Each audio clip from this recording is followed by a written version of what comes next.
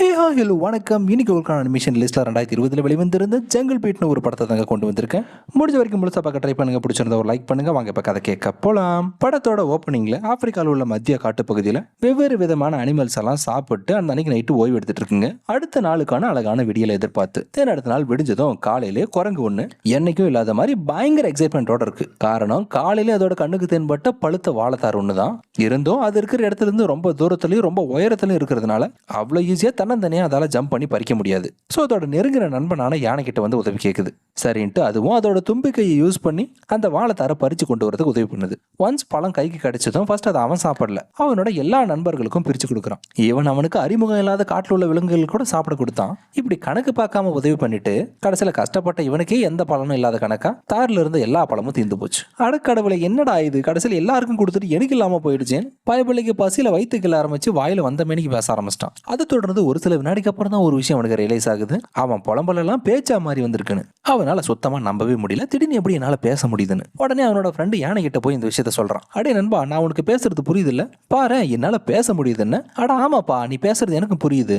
இரு ஒரு நிமிஷம், ஆமா என்னாலையும் பேச முடியுதா, இதை நம்பவே முடியலையே அப்படின்னு குரங்கோட சேர்த்து இந்த யானைக்கும் ஒரே குஷி. அப்பதான் திடீர்னு காட்டுல இருந்து ஏதோ ஒரு வினோதமான சத்தம் கேட்குது.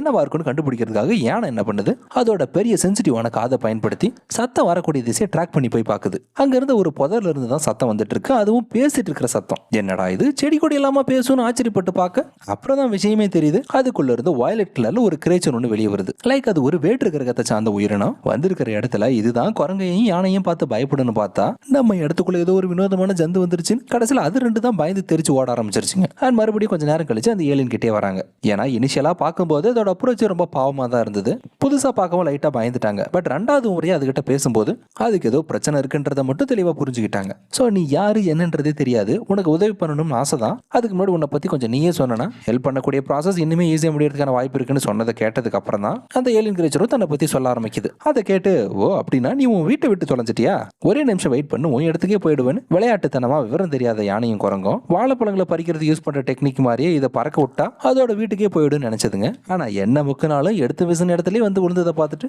என்னடா இது, எவ்வளவு முயற்சி பண்ணி அதை அனுப்பவே முடியலையேன்னு யானைக்கும் குரங்குக்கும் ஒரே குழப்பம். அப்பதான் அந்த ஏலியன் கிரேச்சர் கொலகொலன்னு இருக்கிற அதோட உடம்புக்குள்ள இருந்து பால் மாதிரி ஒண்ணு வெளியெடுக்குது. அதுக்கு பேர் தான் ஸ்பீச் கேப்சூல். அது இருக்கிறதுனால தான் ஈவன் அது ஏலியனா இருந்து இந்த அனிமல்ஸும் கூட ஈஸியா கம்யூனிகேட் பண்ண முடியுது. ஓ இதுதான் விஷயமா, அதனாலதான் எங்களால பேச முடியுதான்னு குரங்கு அதுக்கிட்ட இருந்து அந்த பாலை வாங்கிக்கிட்டு வேக வேகமா போய் காட்டுல இருக்கிற ஒவ்வொரு விலங்கியா சந்திச்சு எல்லாத்தையும் பேசவும் வச்சிருச்சு. அப்படி பேசக்கூடியதை புரிஞ்சுக்கவும் வச்சிருச்சு.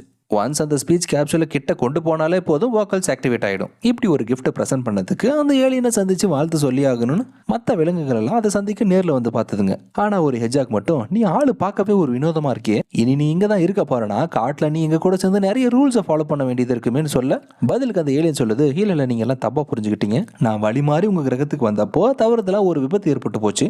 அதில் என்னோட ஸ்பேஸ் ஷிப்பும் டேமேஜ் ஆகி போயிடுச்சு. திரும்ப என்னால் தனியாக போக முடியாது. ஸோ இப்போதைக்கு கிராஷ் ஆகி விழுந்து என்னோட ஸ்பேஸ் ஷிப் எங்கே இருக்குன்னு எனக்கு தெரியாது. அதுக்குள்ள நான் போனா மட்டும் தான் டிரான்ஸ்மிட்டர்ல சிக்னல் அனுப்பி எங்க ஆளுங்க வந்து என்ன சேஃபா கூட்டிட்டு போவாங்க. அதுக்காக தான் உங்ககிட்ட உதவி கேட்கறேன், அந்த ஸ்பேஸ் ஷிப்பை கண்டுபிடிக்கிறதுக்குன்னு சொல்லி முடிக்குது. அதே நேரத்தில் இன்னொரு முக்கியமான விஷயத்தையும் முன்னெடுத்து வைக்குது. பூமியில வந்து விபத்து ஏற்பட்டது என்னமோ தற்செயலான விஷயம் தான். ஆனா பூமிக்கு வந்ததுக்கான இன்டென்ஷன் அதை ரூல் பண்ணணும் தான். லைக் இந்த ஏலியன் கிரியேச்சர்களோட ரூல்ஸை பொறுத்த வரையில யார் அதிகப்படியான கிரகத்தை ரூல் பண்றாங்களோ அவங்க தான் அவங்க இனத்தோட அடுத்த தலைவன். அப்படி இருக்க இதுவுமே பூமியை கைப்பற்ற நோக்கத்தோட தான் வந்தது. ஆனா பூமியில் உள்ள விலங்குகளோட அந்த நல்ல அப்ரோச்சை பார்த்துட்டு அதோட எண்ணங்கள் அப்படியே மாத்திக்கிச்சு. சொல்ல போனா மாத்திக்கலாம் இல்ல, இயல்பாவே இலகுவான ஒரு எண்ணம் உருவாயிருச்சு. அதுக்கு ஆதாரமா அதோட நெஞ்சில ஒரு க்ளோவிங் லைட் ஒன்று ப்ரொடியூஸ் ஆகுது. இது பேசிட்டு இருந்த கேப்ல தெரியாம ஒரு தவளை ஒன்று அதோட வெப்பனை வாயில போட்டு வச்சிருந்திருக்கு போல. ஒரு கட்டத்துக்கு மேல ஓவர்லோட் ஆகி அது வெடிக்க ஆரம்பிச்சிருச்சு. திடீர்னு ஏற்பட்ட அந்த சத்தத்தையும் கலரையும் பார்த்துட்டு அது பேசிட்டு இருந்தது கவனத்தோட கேட்டுட்டு இருந்த விலங்குகள் எல்லாம் அந்த இம்பாக்ட்ல தலை தெரிச்சு ஓட ஆரம்பிச்சிருச்சுங்க. கூடுதலா அந்த கலவரத்துல தேன்கூடு ஒன்றும் கலைஞ்சு விழுந்துருச்சு. சொல்லவா வேணும், புடிச்சு புடிங்கிற போதுன்னு பூரா பயிலும் தெரிச்சு ஓட ஆரம்பிச்சிட்டாங்க, இன்க்ளூடிங் அந்த ஏலியன் கிரியேச்சரும். இதுங்க எவ்வளவு வேகமா ஓடினாலும் அந்த தேன் பூச்சிங்க விடாம துரத்திட்டு தான் வந்துட்டு இருந்ததுங்க. ரைனோ ஒன்று பாறை இடிச்சு பவுடர் ஆக்காத வரைக்கும். அப்புறம் அந்த தூசில் எங்கடா இவங்களை கொட்டுறதுன்னு தொலைஞ்சு போங்கடான்னு அந்த பூச்சிகளை விட்டு போயிடுச்சுங்க. அதுக்கப்புறம் தான் குரங்கும் அதோட நண்பர்களும் சேர்ந்து அந்த ஏலியன் கிரேச்சருக்கு உதவி பண்றதுக்காக விபத்துல தொலைஞ்சு போனா அதோட ஸ்பேஸ் ஷிப்பை கண்டுபிடிக்க தொலைதூர பயணத்தை ஆரம்பிக்குதுங்க. அதே நேரத்தில் கொஞ்ச நேரத்துக்கு முன்னாடி ஏற்பட்ட கலவரத்தில் ஆஸ்ட்ரிச் ஒன்று தொலைஞ்சு போனதோட முட்டைகளை தேடி கண்டுபிடிச்சிட்டு இருந்தது. எல்லாமே கிடைச்சிருச்சு ஒன்று தவிர. உடனே அதையும் கண்டுபிடிச்சு கொண்டு வரதுக்காக வேக வேகமாக வந்துட்டு இருக்கு. ஃப்ரெண்ட்ஸோட சேர்ந்து பொடிநடையாக நடந்துட்டு இருக்கும்போது பேச்சு வாக்கில் அந்த குரங்கு அந்த ஏலியன் கிரேச்சர் கிட்ட கேட்குது, ஏப்பா எங்க கிரகத்தில் இருக்கிற மாதிரி உங்க கிரகத்திலையும் வாழைப்பழம் ஏதாவது இருக்குமான்னு கேட்கும்போது பதிலுக்கு இருக்கு ஆனால் எல்லாமே அளவில் ரொம்ப பெருசாக இருக்கும், நீ கற்பனை பண்ணி பார்க்காத அளவுக்குன்னுது. அப்படின்னா நான் கிரகம் மாதிரி பிறந்துட்டேன்னு நினைக்கிறேன், அப்படின்னா நீ போகும்போது என்னை கூட கூட்டிட்டு போயிடு, அப்படி ஒரு பழத்தை சாப்பிடாம என் காலத்தை முடிச்சிருவே கூடாதுன்னு காமெடியா பேசிட்டு போயிட்டு இருக்குங்க. அப்பதான் வழியில ஒரு வறண்ட நிலப்பகுதி வந்து சேர்ந்ததும் அங்க எக்கச்சக்கமான காட்டு எருமைங்க காஞ்சி புல்ல மேய்ஞ்சிட்டு இருந்ததுங்க. இவங்க உள்ள நுழையாத வரைக்கும் ஒன்ஸ் அதுங்களாம் இவங்களை கண்டதும் வழியிலே பிளாக் பண்ணி விசாரிக்குது. அந்த கூட்டத்துக்கு தலைவனான காண்டாம இருக்க ஒண்ணு. குரங்கும் கூட வந்த நண்பர்களும் ஒரு செகண்ட் அப்படியே ஸ்ட்ரக் ஆகி நின்றுட்டாங்க. ஆனா அந்த ஏலியன் கிரேச்சர் எனக்கு என்ன போச்சுன்னு ஆல்ரெடி அது வேற கொல கொலன்னு இருக்கிறதுனால அது பாட்டுக்கு உள்ள பூந்து போக ஆரம்பிச்சிருச்சு. வெளியாலே உள்ள பூந்து போறான், நாம எதுக்கடா பயப்படணும்னு ஏன் எதுக்குன்னு கூட கேட்காம அடுத்து யானை இடிச்சு தள்ளிட்டு பாதை உருவாக்கி போனதும் பின்னாடியே ரைனோ குரங்கெல்லாம் ஃபாலோ பண்ணி போயிட்டு இருக்காங்க. இதை பார்த்துட்டு அந்த தலைவனான காட்டு எருமைக்கு இவ்வளவுதான் கோவம் இல்லை. ஏண்டா ஒரு படையை திருட்டி பக்கவாட்டில் நிக்க வச்சா நீங்க பக்குவமா தள்ளி விட்டு போறீங்க, அப்புறம் இந்த கூட்டத்துக்கு தலைவன்றதுல எனக்கு என்ன மரியாதை, நீங்க பாட்டுக்கு புடிச்சு பூந்து போயிட்டீங்க, நாளைக்கு இதுங்க எல்லாம் எப்படி என் பேச்சு கேட்கணும். எதிர்த்து கேட்காம யதார்த்தமா கேட்டதும் குரங்கு தான் ஒரு கிளவரான ஐடியா ஒன்று கொடுக்குது. சரி நீ அனுப்பின மாதிரி நாங்க கிளம்புனதா இருக்கட்டும், அதே பில்டப்பை மெயின்டைன் பண்ணிக்க, நான் ஒரு வார்த்தை சொன்னதும் அதுங்கெல்லாம் தெரிச்சு ஓடிரும் அப்படின்னு கடந்து வந்த கொஞ்சம் ஸ்டெப் கழிச்சு ஒரே ஒரு வார்த்தை தான் சொல்லுச்சு. அதை கேட்டு பயத்துல ஒரு காட்டு எருமை கூட இல்ல, பூராமே கதிகளையும் ஓடி போச்சு. தினந்த நெருப்புகளி அந்த பக்கம் காடு முழுக்க தன்னோட முட்டையை காண தேடிட்டு இருக்க பார்த்தா அந்த முட்டை கடைசியில் இவங்க கிட்ட வந்து தான் பொறிச்சது. அந்த குட்டி ஹாஸ்ட்ரிச்சுக்கு பிறக்கிறதுக்கு முன்னாடி அட்வென்ச்சர் மேல அப்படி ஒரு ஆசை போல. தன்னோட இனத்தால இயல்பாவே பறக்க முடியாதுன்னு தெரிஞ்சும் இனிஷியலா ட்ரை பண்ணி பார்த்து விழுந்து விடாமுயற்சி விடல. ரெண்டாவது முறை முயற்சி பண்றதுக்குள்ள அதோட அம்மாவே வந்துருச்சு. கண்ணா இப்படி எல்லாம் ட்ரை பண்ணக்கூடாதுன்னு கட்டி பிடிச்சி பாசத்தை கொடுத்து அங்கிருந்து கூட்டிட்டு போயிடுச்சு. ரெண்டாவது நேரத்தில் குரங்கும் அவனோட நண்பர்களும் ஒன்னா டிராவல் பண்ணி போயிட்டு இருந்தவங்க திடீர்னு அதுங்கள்ல ஹெட்ஜாக் ஒன்று மட்டும் வழி தவறி வேற இடத்துக்குள்ள வந்து மாட்டிக்கிச்சு. சுத்தி முழுக்க அடர்த்தியான புல்லுங்க.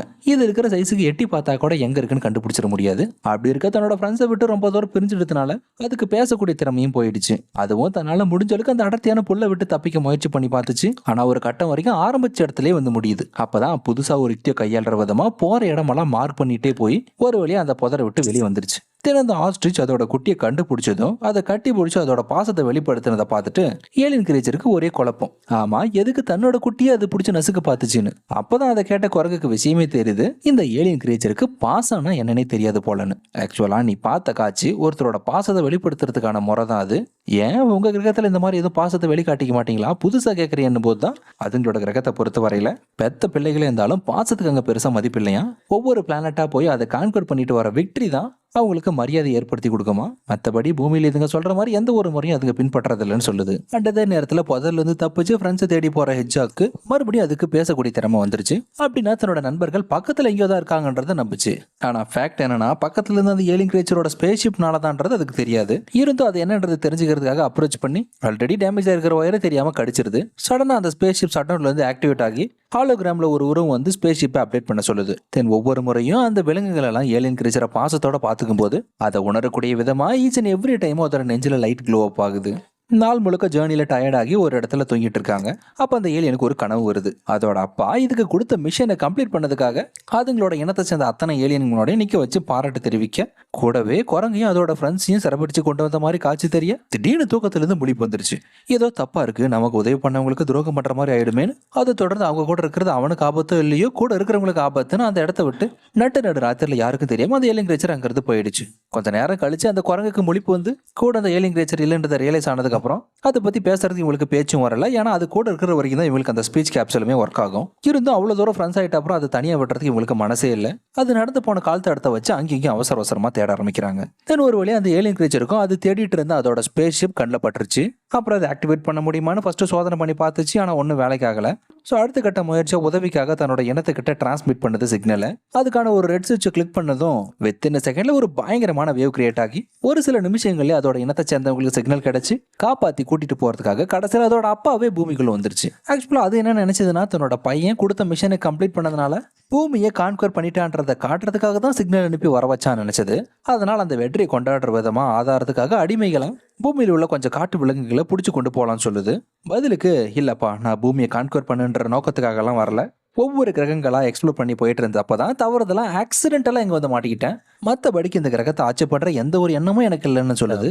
அதை கேட்டதும் அதோட அப்பாவுக்கு இவ்வளவுதான் கோவம் இல்லை. என்னோட லைஃப்ல மொத்தமா 999 கிரகத்தை கட்டுப்பாட்டுல கொண்டு வந்து ஆட்சி புரிஞ்சிருக்கேன். 1000க்கு இன்னும் ஒண்ணுதான் கம்மி. அப்படி இருக்க என் வழியில வந்த ஏன் நீ இப்படி இருக்க? சரி, அதுவும் நல்லதுதான். இந்த கிரகம் உனக்கு பிடிக்கலனா பரவாயில்ல. என்னோட கலெக்ஷன்ல 1000வது கிரகமா இதை மாத்திக்கிறேன்னு தன்னோட அடையாளத்தை கொண்டு வர பூமி அழிக்க பார்க்க கரெக்டா அந்த நேரத்துல அதை தடுக்க வேற வழி இல்லாம தன்னோட அப்பா கிட்டே அந்த ஏலியன் கிரேச்சர் ஒரு பொய் சொல்லுது. நீங்க நினைக்கிற மாதிரி சாதாரண உயிரினங்களை கொண்ட பூமி இது இல்ல. நம்மளோட இனத்தையே அச்சுறுத்துற வகையில ஆபத்து நிறைஞ்ச ஒரு கிரகம் தான் இது. அதனால எது பண்றதா இருந்தாலும் கொஞ்சம் யோசிச்சு பண்ணுங்கன்னு இது விட்ட கதையை அதோட அப்பா அப்படியே நம்பிடுச்சு. சரி நீ சொல்றதும் சரிதான், வம்பு எதுக்குன்னு வா நம்ம வேற கிரகத்துக்கு படையெடுத்து போலான்னு தன்னோட பையனான அந்த ஏலியன் கிரேச்சரை கூப்பிட்டுட்டு அங்கிருந்து போயிடுச்சு. இதுக்கடையில அந்த குரங்கும் அதோட நண்பர்களும் அவன் நம்மளுக்கு உதவி பண்ண போய் கடைசியில் அவன் ஏதோ ஆபத்துல மாட்டிக்கிட்டான்னு அந்த ஏலியனை காப்பாத்தின நோக்கத்துல ஸ்பேஸ்ஷிப் பறக்கிறதுக்கு முன்னாடி அதுக்குள்ள மறைஞ்சு உள்ள வந்துருச்சுங்க. ஒன்ஸ் இவங்க உள்ள வந்திருக்கிற விஷயம் அந்த இனத்தை சேர்ந்தவங்களுக்கு தெரிஞ்ச உடனே வாலண்டியரா வந்து சிக்கிக்கிச்சிங்க. அப்புறம் எப்படி விட முடியும்? சரி, இதுங்களை அடிமைகளை நம்மளோட எடுத்து கொண்டு போயிடலாம்னு சொல்லுது அதோட அப்பா. இல்லப்பா, நீங்க அப்படி பண்ணக்கூடாது. சொல்ல போனா அதுங்கெல்லாம் என்னோட அடிமைங்க தானே. அந்த வகையில் அதுங்களை கட்டுப்படுத்துறதும் விடுவிக்கிறது என்னோட அதிகாரம் தானேன்னு சொல்ல அதுதான் அவங்க ரூல்லே இல்லை. ஒன்ஸ் ஒரு கிரகத்தை கான்குவர் பண்ண அனுப்பி வச்சாங்கன்னா ஒவ்வொரு ஏலியன் கிரீச்சருக்கும் அதுங்க கிட்ட ஒரு டிவைஸ் இருக்கும். அதை ஆக்டிவேட் பண்ணி வானத்துல அனுப்புனதுக்கு அப்புறம் தான் அதுங்களோட கட்டுப்பாட்டுக்குள்ள முழு கிரகமும் வரும். மேற்கொண்டு தான் ஆட்சிப்படுத்துறதா இல்ல அடிமைப்படுத்துறதா இல்ல சுதந்திரம் பண்றதான்னு அது அதுங்களோட தன்னிச்சையான உரிமை. ஆனா இந்த ஏலியன் கிரீச்சர் தான் அதுங்களை காப்பாத்துறதுக்காக கான்குவர் பண்றதை மறுத்துருச்சு. அதனால அதோட அப்பா இப்போ இனிமே நீ குறுக்க வராதுன்னு அந்த விலங்குகளை அழிக்க தன்னோட கண்ணை எடுத்து ஷூட் பண்ண போக குரங்கோட நண்பனான யானை டக்குன்னு அந்த ஏலியன் கிட்ட அது கிராப் பண்ணிடுச்சு. அதை தொடர்ந்து தவறி ஸ்பேஸ்ஷிப்போட பேஸ்ல ஷூட் பண்ணது போக யானை மட்டும் ஸ்பேஸ்ஷிப்ல இருந்து பிச்சுக்கிட்டு விழுந்து ஒரு வழியா தும்பிக்கையில காத்த நிரப்பி கீழே வரப்போ மேனேஜ் பண்ணி தப்பிச்சிருச்சு. இது கிடைப்பட்ட போராட்டத்துல தவறுதலா அந்த ஏலியன் கிரீச்சரோட கான்குவர் பண்ற டிவைஸ் ஸ்பேஸ்ஷிப்ல இருந்து நேரா அந்த நெருப்புக்கோள் இருக்கிற இடத்துல வந்து விழுது. அப்படி புதுசா குளோபா வித்தியாசமான ஒரு பொருள் வந்து விழுந்துமே பக்கத்துல இருந்து ஆஸ்ட்ரிச்சும் சரி அதோட குட்டியும் சரி அது கண்டுக்கவே இல்லை. ரெண்டு பேரும் பயங்கர வருத்தத்துல இருக்காங்க. காரணம் அதோட குட்டிக்கு பறக்க முடியல என்ற ஏக்கம், அதை கண்டு அதோட அம்மாவுக்கு ஒரு தாக்கம். அந்த அப்பா ஏலியன் கிரீச்சருக்கு தன்னோட பையனோட பூமியை கான்குவர் பண்ற டிவைஸ் தொலைஞ்சு போனது தெரிஞ்சதும் அடுத்தபடியா அவரோட டிவைஸை யூஸ் பண்ணி பூமியை ஆட்சி புரிய பாக்குறாரு. ஆனா அதுக்கு இடம் கொடுக்காம மங்கி தான் உள்ள போந்து ஆட்டத்தை கலைக்குது. சாதுரியமா அவர்கிட்ட அந்த டிவைஸையும் எடுத்துக்கிச்சு. அதுக்கப்புறம் தான் ரெண்டு பேருக்கு இடையில மிகப்பெரிய ஃபைட் ஸ்டார்ட் ஆகுது. அந்த டிவைஸை மறுபடியும் எப்படியாவது அந்த குரங்கு கிட்ட இருந்து வாங்கியே தரணும்னு. இதுக்கு நடுவில் அந்த குட்டி ஏழையனை அதோட ஆளுங்களையும் சிறப்பிடிச்சு கொண்டு போகுதுங்க. அந்த நேரத்தில் தான் குரங்கோட மற்ற நண்பர்கள்லாம் சேர்ந்து எதிர்த்து சண்டை போட்டு அந்த ஏலியன் கிரீச்சரை காப்பாத்துதுங்க.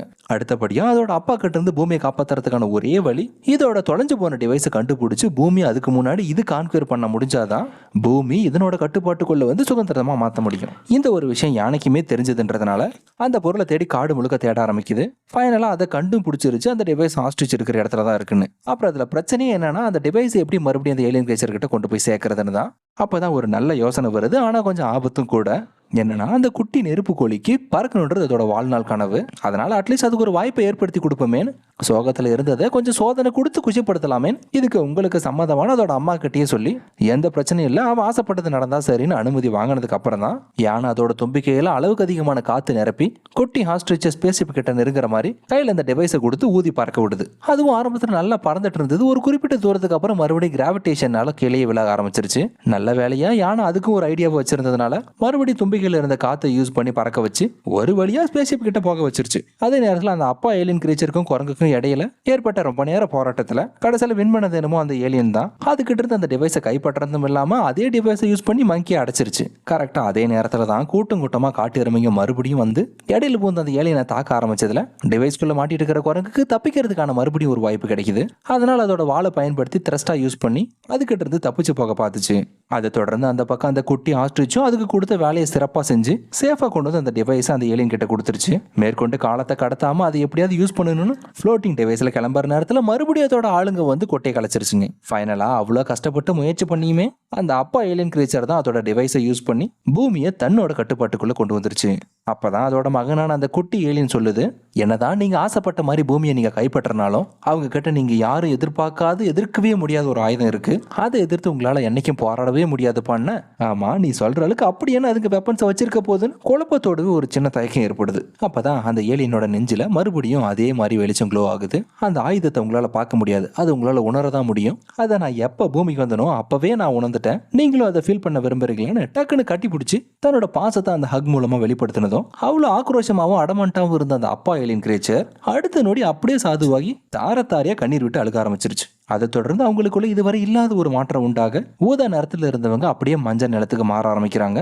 ஆக்சுவலாக அந்த நேரம் பாசத்தை டினோட் பண்ணுற மாதிரி சொல்ல வரதை காட்டி கூட இருந்து அதோட இனத்தை சேர்ந்த எல்லா ஏலியன்களுக்கும் அதே போல கடைசியாக கட்டிப்பிடி வைத்தியம் பண்ணி பூமியில மனுஷங்களுக்கு விலங்குக்கும் உள்ள ஆசை பாசனை என்னன்றதை தெரிஞ்சுக்கிச்சிங்க. அப்புறம் தான் கைப்பற்றின பூமியை மறுபடியும் அதோட பையனுக்கே கொடுத்து இனி இந்த கிரகத்தை உன்னோட விருப்பப்படியே சுதந்திரமா விட்டுறலான்ட்டு அடுத்தபடியா அவரோட 1000th விக்டரியான பிளானட்டை தேடி தன்னோட மகனோட சேர்ந்து பயணிக்கிறதா சொல்றாரு.